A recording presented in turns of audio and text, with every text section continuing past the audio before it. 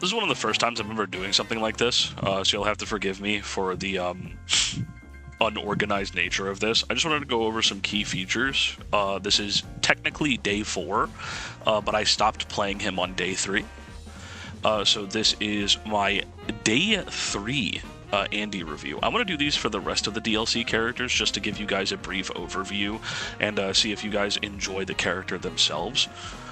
Overall, he's a really solid all-round character with really unique tools that lend him to be able to be incredibly versatile in both neutral and combo game. I think something that Andy really excels at as well is his light buttons. I think buttons like 2B and 5A are really, really good. 5B is a solid button, but is incredibly small. You will also be... It serves as a similar function to Rock's 5B. In the fact that it is only -1 and combos into his fireball. And of course, if your opponent is blocking, this is a soft block string. I think that his ability to get solid damage off of his light confirms is a really good thing. You would be surprised at how important this is.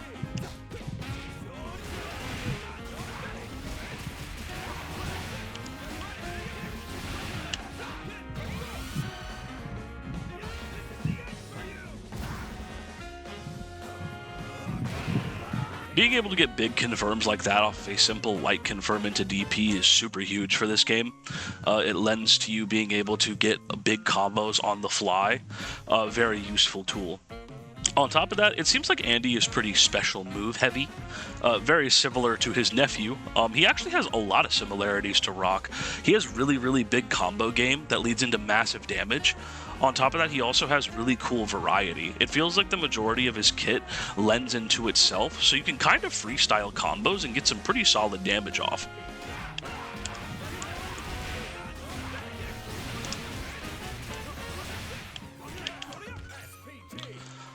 On top of that, I think some of his basic combos outside of EX moves leave a little bit to be desired, but I think that's kind of expected in this game. Something I think is really neat is that his demon flip lends him to be able to go into some really, really unique combo starters and situations. Also, you get free meaty setups off of straight up just using forward throw. Now, you will have to do some variety of this. It is an incredibly predictable method, but sometimes being straightforward is the best way to go about it. His double hitting normal is pretty cool. It frame traps from his 5B, or from his close 5B.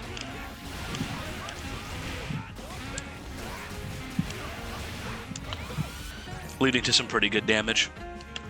Also, something that's kind of new for those of you who are more used to his KOF iterations, he has follow-ups from elbow. This isn't just exclusive to the EX version, which you've been seeing a lot of. He has them in his normal versions of elbow as well. It's very strange. He does not have them, however, in light elbow.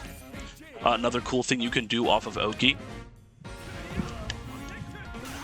is get meaty overhead off of forward throw, light elbow, universal overhead. This can actually lead into a big combo.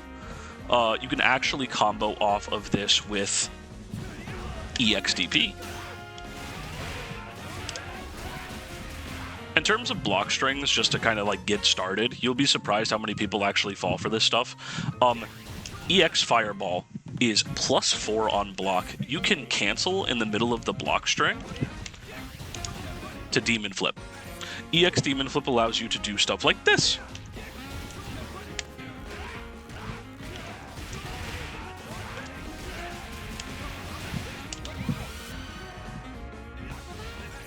So, very useful tool. It is a very, very straightforward mix-up, but they do indeed have to hold this.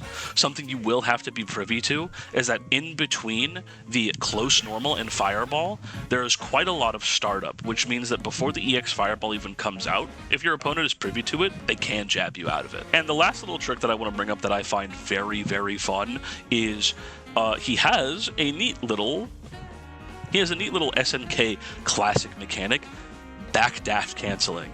So you can actually do backdash cancel EX air fireball. This is incredibly useful for catching people attempting to do a cheeky jump in on you.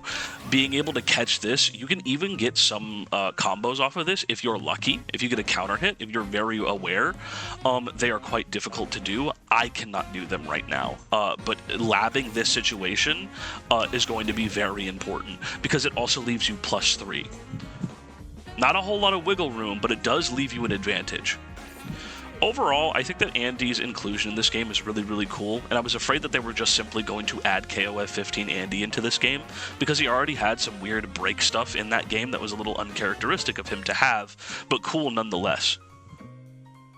I think he was super solidly executed. I don't think we're going to be seeing him a whole lot in the future, but I do hope that someone becomes an Andy specialist and really makes this character shine, because I know for a fact that the moment that we start seeing crazy-ass guard cancel stuff with him is the moment people are really going to attempt to make this character work. I know this one is a little, disorganized. This is the first time I've ever done something like this, so you'll have to forgive me for not going into the amount of detail that you were hoping for. But again, this is simply just day 3 of my Andy time with him. Overall, very fun character. If you're into characters like Ken from Street Fighter or Chip Zenough from Strive, you are going to enjoy this character a lot. Alright, thank you for watching, and thank you for your time.